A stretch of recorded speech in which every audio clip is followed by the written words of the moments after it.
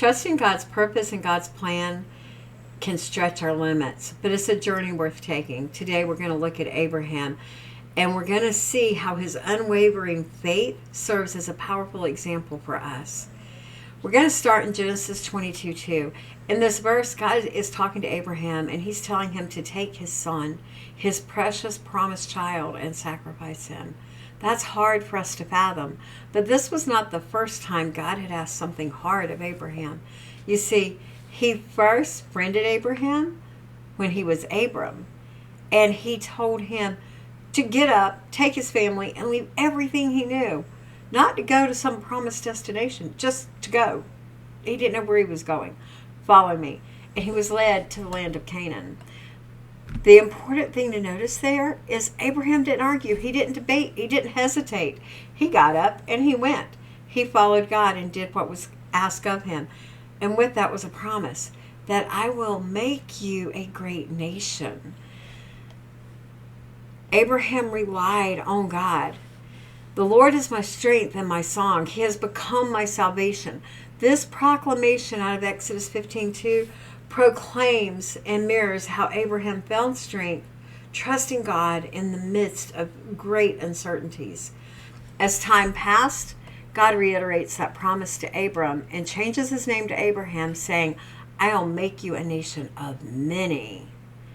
In the waiting on this to happen, Abraham and his wife Sarah became restless. They began to doubt and they struggled. So they decided to take matters into their own hands.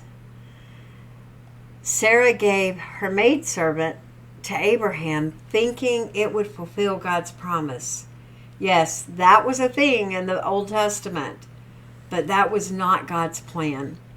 Proverbs 3:5-6 tells us to trust in the Lord with all of our heart and to lean not in our own understanding. It's easy to waver when we get into our own thoughts and our own plans instead of focusing on God's. At 100 years old, Abraham and Sarah finally see the promise of their son Isaac fulfilled, and Sarah has a baby. But they had no idea what was to come, because what lay ahead for them would test their faith again. Isaiah 41:10 says, Do not fear, I am with you. Do not be discouraged, for I am your God. This verse resonates deeply with Abraham as he faces his next challenge. God challenged him once again. He said, sacrifice that precious child, that promised child that you love so much.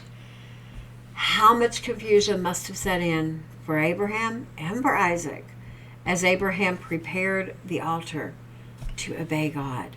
Again, he did what was asked of him. He walked in obedience without hesitation. Just as he was about to act, as he was about to sacrifice his son to God, an angel of the Lord stopped him. Nope, don't do it. And he spotted a ram. The sacrifice had been provided instead of his son. Abraham's obedience led to another promise, a promise that he would have countless descendants and abundant prosperity. His story proves that God is always faithful.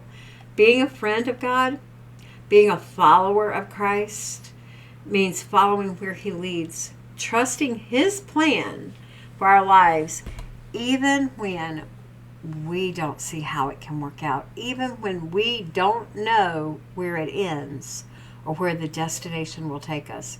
God invites us to trust his goodness. Even in the middle of the challenges, he will lead us to blessings. Are you willing to surrender control to him today? Comment below on areas that you need to lay down before God in order to step into his plan for you today.